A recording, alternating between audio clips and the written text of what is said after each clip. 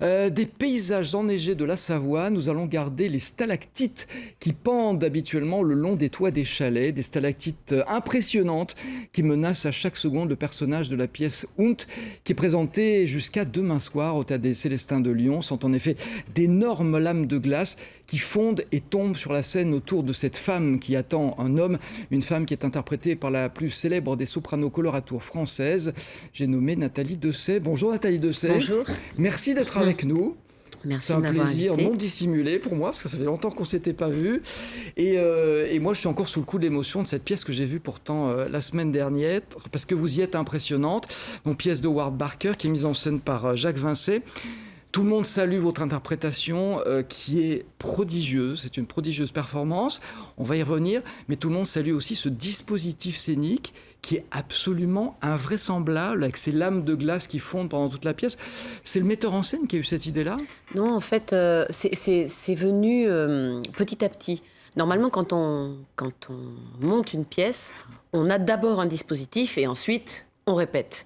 Là, ça s'est fait à l'envers. Et ça s'est fait petit à petit. Ah oui. En fait, au départ, il n'y avait pas de dispositif scénique. On ne savait pas ce qu'on allait faire.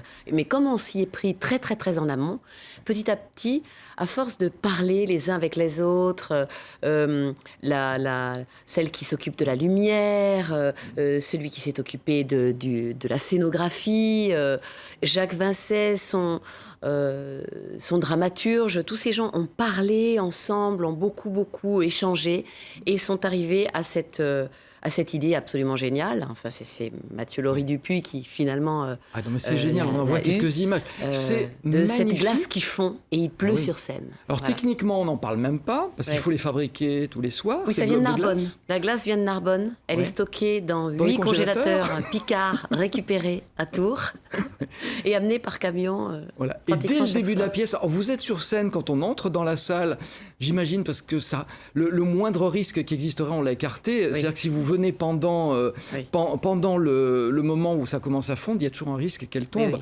Oui. Est-ce que c'est quelque chose, justement, qui vous pèse, cette épée de Damoclès, qui a un rôle, bien sûr, dans la pièce ? Ça pèse sur le personnage, Ouais. ça pèse pas sur moi. Mais effectivement, c'est une menace parmi d'autres qui assaille cette femme. Oui. Ça vous pèse pas un peu parce qu'il y a un suspense, c'est que le déclenchement ne se fait pas automatiquement. Quand les glaces fondent, à un moment donné, elles tombent. Oui, et elle tombe vous d'une manière préviennent pas. aléatoire chaque soir. Donc je ne sais pas quand ça va tomber. Et je vais devoir jouer en fonction de ça aussi. Et adapter ce que je suis en train de dire à ce qui va se passer. Émotionnellement, c'est fort, ça. Ah mais c'est génial parce que ça fait que le spectacle ne peut jamais être le même d'un soir à l'autre. Alors, Ne ce serait-ce qu'à spectacle, cause de ça. c'est une femme qui attend un homme. Un homme ou autre chose. Oui, c'est vrai. On suppose au départ Voilà, on que c'est suppose, un mais homme. on ne sait pas ce qu'elle attend. Elle attend quelque chose Oui. et elle parle. Et en fait, quelque part, elle se raconte. Elle se déshabille, j'allais dire, dans tous les sens du terme. On va voir un extrait tout de suite. Le sarcasme est si facile, si dégradant. Non! Tout va bien! Je préfère le thé froid! Sarcasme encore. Je déchirerai ma robe! Emportez-moi ça! Elle est partie. Emportez-moi ça! Elle est partie, elle est partie. Emportez-moi ça!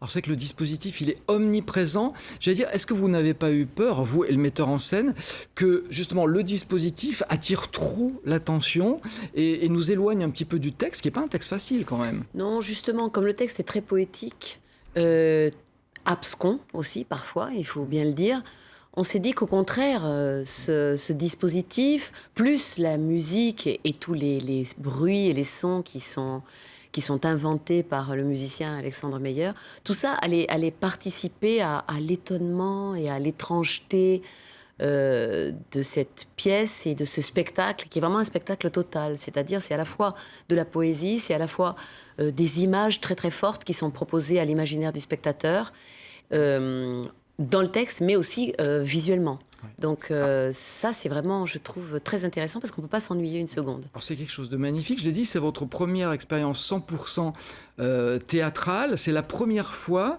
qu'on n'entend pas votre voix de soprano coloratour. Vous chantonnez à la fin. Mais bon, oui, c'est pas votre voix dire, lyrique. mais à peine. Oui. C'est une nouvelle voix, mais en fait, c'est votre vraie voix qu'on entend sur scène. Oui, c'est un enfin changement de ma registre vraie voix. qui a été évident. Ah bah moi, ça fait 30 ans que Vous attendiez dis ça que je ferais ça. Moi, j'ai toujours dit, quand j'ai commencé à chanter, j'ai toujours dit, dans 30 ans, m'arrêterai et je ferai du théâtre. Donc je ne savais pas comment, je ne savais pas si ça serait possible, mais c'était vraiment le but de ma vie. Oui. Donc c'est une nouvelle voix pour ceux qui viennent vous voir en spectacle, parce que c'est votre vraie voix du quotidien, qui est un petit peu forcée pour le théâtre, forcément. Oh non. On parle un petit peu plus fort que dans la vie. Ah bah ça dépend. Dans la vie, je peux parler très très fort. Vous m'avez aussi. pas engueulé encore, donc j'ai pas... Non, mais non. En plus, je suis légèrement reprise avec un microphone, donc non, c'est une femme qui parle pour ne pas mourir, donc forcément, elle est un peu énervée. Mais, Est-ce qu'on peut dire que chacun interprète le texte à sa façon, oui. en fonction de son expérience, de sa vie, de son oui, vécu? je pense que les jeunes gens n'y voient pas les mêmes choses que des gens de notre âge, par exemple. Il y a des petits indices quand même. On va peut-être pas le dire parce que non, il voilà, faut pas trop en dévoiler. Chacun fasse son interprétation. C'est une autre voix, donc pour ceux qui viennent vous entendre et vous voir VOIX, mais c'est une autre voix aussi VOIE. Ça veut dire que vous avez mis un petit peu l'opéra de côté, pas la chanson de côté, mais l'opéra. Ni la chanson, ni la musique classique, Oui. Parce qu'à côté de l'opéra, on peut chanter quand même. énormément de choses. Ouais. Oui, l'opéra, oui, mais parce que j'avais fait le tour de la question et parce que je voulais pas jouer Juliette ou Violetta jusqu'à ce que mort s'en suive. Mais non, j'ai eu une très très belle carrière à l'opéra, j'ai fait vraiment de très très belles expériences, mais j'ai envie de jouer, moi, des personnages plus forts, qui correspondent plus à ma personnalité, à mon âge.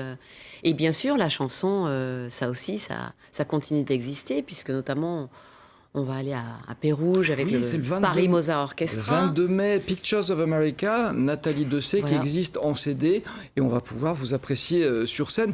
J'aimerais qu'on revienne un instant à l'opéra, parce que quand j'ai vu que vous attendiez avec impatience cette expérience théâtrale à 100%, je me suis dit que finalement, le théâtre a toujours été en vous, parce que quand on vous voit sur les scènes d'opéra, c'est presque la comédienne qu'on voit avant la chanteuse, que vous avez une façon de vous démener. Regardez cet extrait d'Orphée aux Enfers. Alors c'était il y a quelques années, 2-3 ans, en 1997. Orphée aux Enfers sur une mise en scène de Laurent Pellier. Regardez.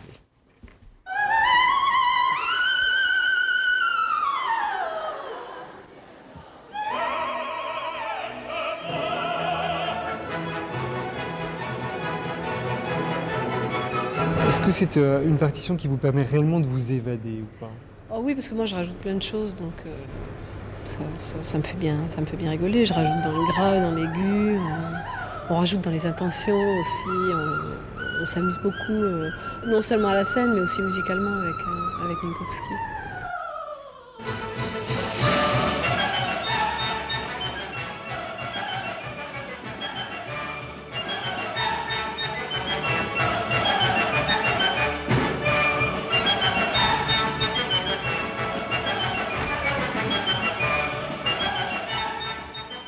La voix, on n'en parle pas, on la connaît, mais effectivement, ce talent de comédienne, vous démenez sur scène, on sent qu'il y avait déjà une volonté d'exister autrement que par votre voix. Oui, moi j'ai toujours dit que j'étais plus une comédienne qui chante qu'une chanteuse. Qu'est-ce que ça vous apporte de plus, justement, le fait de jouer? Je ne sais pas pourquoi j'ai tellement besoin d'être quelqu'un d'autre que moi-même. Ou alors peut-être parce qu'il y a tellement de monde là-dedans qu'il faut les faire exister à un moment ou à un autre. Ça doit Je sais pas. être ça, parce que si vous me dites que vous aimez pas, je vous croirais pas. Je sais pas. En tout cas, j'ai besoin d'autre chose et j'ai besoin d'entrer dans des univers qui sont pas les miens. J'ai besoin de l'imagination et de l'imaginaire des autres, en fait. Donc c'est ce que vous apporte le théâtre en ce moment. Vous l'avez dit, vous-même, vous avez fait le tour de l'opéra. Qu'est-ce qui était si lourd, finalement? C'est la discipline qui est très astreignante. C'est vrai, quand on chante à l'opéra, on est obligé de se priver de plein de plaisirs quand même. Oui, Est-ce que c'est ça qui vous je pesait? dis toujours que pendant 25 ans, j'étais au Carmel. C'est ça. Qu'enfin, j'en suis sortie, mais je suis tellement formatée que ma vie n'a pas tellement changé au fond. En fait, vous recherchez ça. Le Carmel? Oui. D'une certaine façon, oui. Certaine façon, oui. Je me suis toujours dit que si j'avais eu la foi, peut-être je serais devenue religieuse. Il y a quelque chose dans ce jusqu'au boutisme qui me fascine. Oui. Une recherche de la difficulté, parce que franchement, le rôle que vous interprétez dans Hound, c'est un rôle qui est hyper difficile, hyper casse-gueule, pardonnez-moi pour l'expression un petit peu vulgaire, mais voilà, il fallait le faire.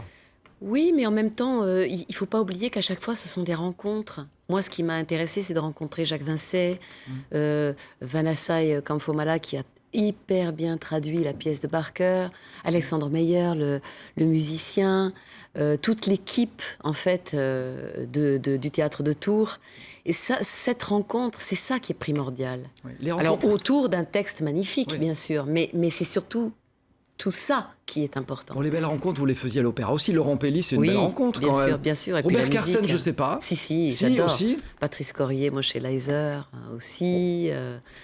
Il y en a plein, oui, bien sûr. Pour quelle raison je vous parle de Robert Carsen, à votre avis? Alors, c'est pour faire une liaison avec la suite. C'est pour me faire plaisir. Parce que moi, j'ai eu la chance, c'était là aussi il y a quelques années, quand je lis la date 1994, ça me fait peur. J'ai vu La Flûte enchantée, mise en scène par oui. Robert Carsen. Je l'ai vu à Lyon, Aix-en-Provence. elle avait été créée pour Aix-en-Provence. Et bon, le rôle de la Reine de la Nuit, on sait, c'est un opéra de, je sais plus comment il fait, 2h30, 3h. La Reine de la Nuit, c'est 12 minutes et quelques, mais d'une intensité incroyable. Et là, je me fais plaisir, mais en même temps, c'est parce que je sais que je vais vous faire plaisir. On va avoir un petit extrait de ce rôle, si vous ne m'en voulez pas trop. Allez.